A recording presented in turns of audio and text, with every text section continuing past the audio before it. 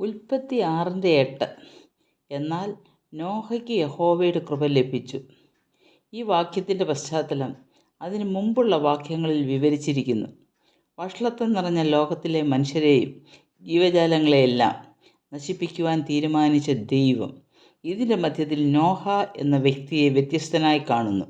എന്നാൽ എന്ന വാക്ക് അർത്ഥമാക്കുന്നത് ഈ വഷളത്വത്തിൻ്റെ നടുവിലും ദൈവം ഒരു വ്യക്തിയെ കണ്ടു, മനസ്സിലാക്കി, തിരഞ്ഞെടുത്തു, പ്രത്യേക പരിഗണന നൽകി ജീവരക്ഷ വരുത്തി എന്നാണ്. നോഹയെക്കുറിച്ച് 9-ാം വാക്യത്തിൽ കാണുന്ന സാക്ഷ്യം: നോഹ നീതിമാനും തൻ്റെ തലമുറയിൽ നിഷ്കളങ്കനുമായിരുന്നു. നോഹ ദൈവത്തോടു കൂടെ നടന്നു. ദൈവഹിതപ്രകാരം ജീവിച്ച നോഹയെ രക്ഷിച്ച് മാനവജാതിയുടെ നിലനിൽപ്പിനു വേണ്ടി തിരഞ്ഞെടുത്തു. ചുറ്റും പ്രതികൂലം മാത്രം. പൊതു സ്വഭാവത്തിന് വിപരീതമായ നിലപാടെടുത്ത നോഹയ്ക്ക് ദൈവം തൻ്റെ കൃപ നൽകി നിലനിർത്തി. 22-ാം വാക്യത്തിൽ നോഹയെക്കുറിച്ചുള്ള മറ്റൊരു സാക്ഷ്യം: ദൈവം തന്നോട് കൽപ്പിച്ചതൊക്കെയും നോഹ ചെയ്തു, അങ്ങനെ തന്നെ അവൻ ചെയ്തു. നോഹയെക്കുറിച്ച് പറയുമ്പോൾ നീതിമാനായിരുന്നു, നിഷ്കളങ്കനായിരുന്നു, ദൈവത്തോട് കൂടെ നടന്നു, കൂടാതെ ദൈവിക കൽപ്പന പൂർണ്ണമായി അനുസരിക്കുന്നവനും ആയിരുന്നു.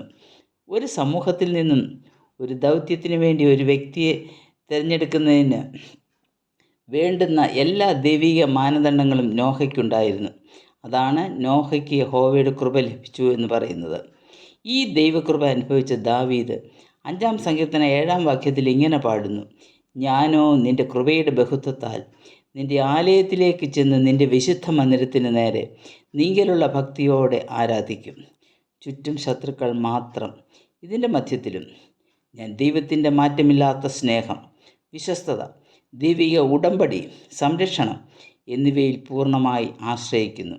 അതാണ് ദൈവകൃപയുടെ ബഹുത്വം. കൃപയുടെ ബഹുത്വത്താൽ ഹൃദയം നിറഞ്ഞ ദാവീദ് മന്ദിരത്തിൽ ചെന്ന് ഭക്തിയോടെ ദൈവത്തെ ആരാധിക്കുന്നു.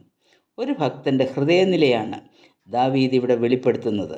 അങ്ങനെയുള്ള ഒരു ഭക്തൻ 89-ാം സങ്കീർത്തനം 1-ാം വാക്യത്തിൽ ഇപ്രകാരം പാടുന്നു: യഹോവയുടെ കൃപകളെക്കുറിച്ച് ഞാൻ എന്നേക്കും പാടും.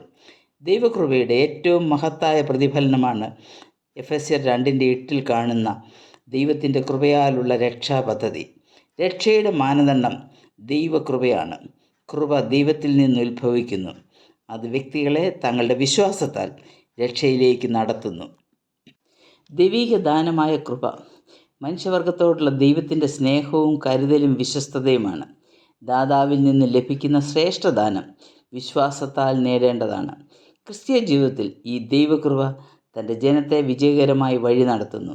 പൗലോസിൻ്റെ ജീവിതത്തിലെ ചില ബുദ്ധിമുട്ടുകളുടെയും പ്രതിസന്ധികളുടെയും മധ്യത്തിലെ ദൈവിക വാഗ്ദത്തമാണ്: എൻ്റെ കൃപ നിനക്ക് മതി, എൻ്റെ ശക്തി ബലഹീനതയിൽ തികഞ്ഞു വരുന്നു. ഒരു വ്യക്തി താൻ ബലഹീനനാണെന്ന് സ്വയം മനസ്സിലാക്കിയാൽ മാത്രമേ ക്രിസ്തുവിൻ്റെ ശക്തി തന്നിൽ വ്യാപരിക്കുവാൻ സാധിക്കുകയുള്ളൂ. അത് മാനുഷിക ബലഹീനതകളെ ഇല്ലാതാക്കുന്നു. ആ കൃപയുടെ വലയത്തിൻ്റെ പരിധിക്കപ്പുറമുള്ള ഒരു പ്രതിസന്ധിയിലും ദൈവം തൻ്റെ ജനത്തെ കടത്തിവിടുകയില്ല. The will of God can never lead you where the grace of God cannot keep you.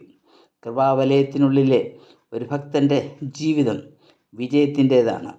ദൈവത്തിൽ ആശ്രയം വെച്ച നോഹയ്ക്കും ദാവീദിനും ദൈവം തൻ്റെ കൃപ ധാരാളമായി പകർന്നതുപോലെ തന്നിൽ ആശ്രയിക്കുന്നവരെ ഏത് പ്രതിസന്ധിയിലും ദൈവം തൻ്റെ കൃപ നൽകി വഴി നടത്തും. ആ ദൈവത്തിൽ നമുക്ക് ആശ്രയിക്കാം, ശരണപ്പെടാം. ദൈവത്തിൻ്റെ നാമം മാത്രം മഹത്വപ്പെടട്ടെ.